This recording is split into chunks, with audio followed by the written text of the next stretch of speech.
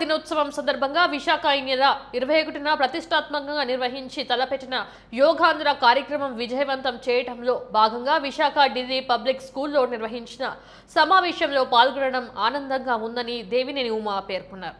దేశం గర్వపడే విధంగా యోగాంధ్ర ఈవెంట్ ను నిర్వహించబోతున్నాం. విశాఖలో 26 కిలోమీటర్ల పరిధిలో 3,19,000 మంది యోగా చేసే విధంగా ఏర్పాటు చేశామని వెల్లడించారు. యోగా ఫర్ వన్ హెల్త్ నినాదంతో నిర్వహిస్తున్న కార్యక్రమం 2 గిన్నిస్ బుక్ రికార్డులో నమోదు కాబోతుందని, యోగాతోనే పరిపూర్ణత ఆరోగ్యం సాధ్యం, విద్యార్థులు సామాన్య ప్రజలతో పాటు ప్రజా ప్రతినిధులు కూడా భాగస్వాములు కావాలని దేవినేని ఉమా కోరారు.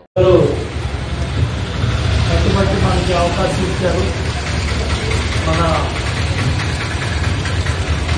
ఆంధ్రప్రదేశ్కి అవకాశం ఇచ్చారు.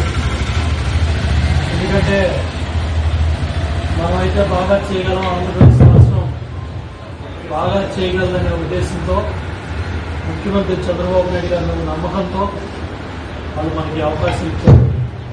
కాబట్టి చాలా పెద్ద ఎత్తున అన్ని రీతిలో మన గిన్నిస్ బుక్ ఆఫ్ వరల్డ్ రికార్డులో ఈ యోగా డే రాబోతా ఉంది. ఇంకా ఆల్మోస్ట్ దగ్గర 3.5 లక్షల వరకు రాబోతా ఉన్నారు. ఈ 3.5 లక్షల మంది కూడా చాలా సిస్టమేటిక్ గా, చాలా ప్లాన్డ్ గా కలెక్టర్స్ అండ్ అడ్మినిస్ట్రేషన్ మొత్తం అందరూ భాగస్వాములు అయ్యారు.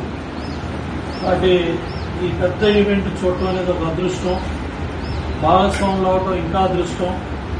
మన స్కూల్ పిల్లలు కూడా ఆల్మోస్ట్ ఎంతమంది వీలైతే అంతమందిని మీరు ఛాన్స్ తీసుకొని 9th class, 10th class, 8th class పిల్లలు ఎవరైతే ఉన్నారో, ఎందుకంటే ఇది ఒక ఆపర్చునిటీ, ఇది ఒక అడ్వాంటేజ్ అండ్ అవకాశం ప్లస్ గర్వంగా చెప్పుకునే ఈవెంట్ ఇది. మన స్కూల్ పిల్లలు కూడా ఈ యోగా ఆంధ్రప్రదేశ్లో ఇంటర్నేషనల్ 11th ఇంటర్నేషనల్ యోగా డేలో మేము కూడా పార్టిసిపేట్ చేస్తాం, మేము కూడా భాగస్వాములు అయ్యామని గర్వంగా చెప్పుకోవచ్చు.